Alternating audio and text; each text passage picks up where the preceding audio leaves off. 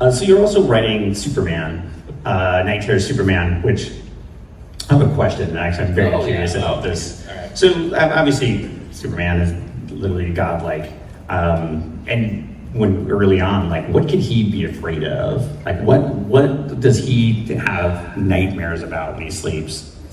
Well, and some of this is also being manipulated by insomnias, right? So he's just touching into some stuff that may not necessarily be true, but this is one of the things I think a lot about when I'm writing a Superman book.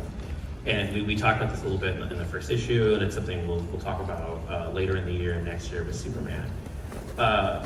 It has something to do with the stuff we're doing with Amanda Waller too, but Superman, his father, when he was on Krypton, he knew that the world was ending, and he tried to tell everyone that Krypton was going to be destroyed. They didn't believe him, and the world did die, and Clark was the only survivor, right?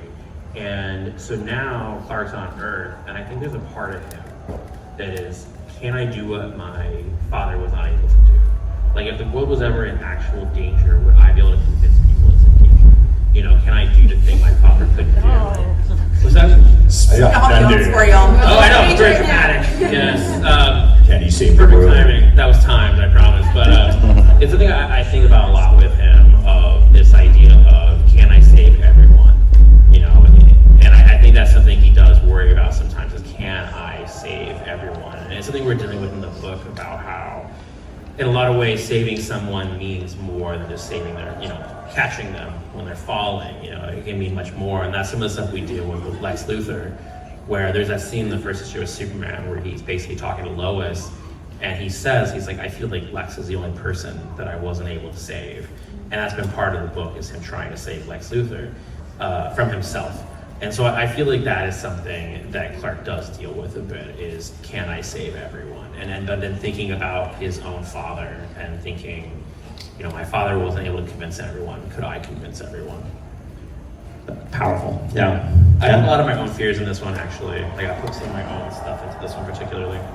Well, I know, with both Batman and Superman, there will be repercussions spinning into September and beyond with, like, the Donna's DC titles specifically.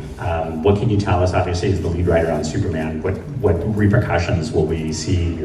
Yeah, I mean, these two parts of Superman, and it's the same thing that we'll be doing with Gotham War. Like, there's some repercussions of this that will lead into Gotham War and the Batman and the Night Terrors. And with the Superman one, there'll definitely be some clues about what things we're doing with Superman later in the year and things that we're doing next year with him. There'll be a bunch of little clues in there that'll be fun to see if people pick up on.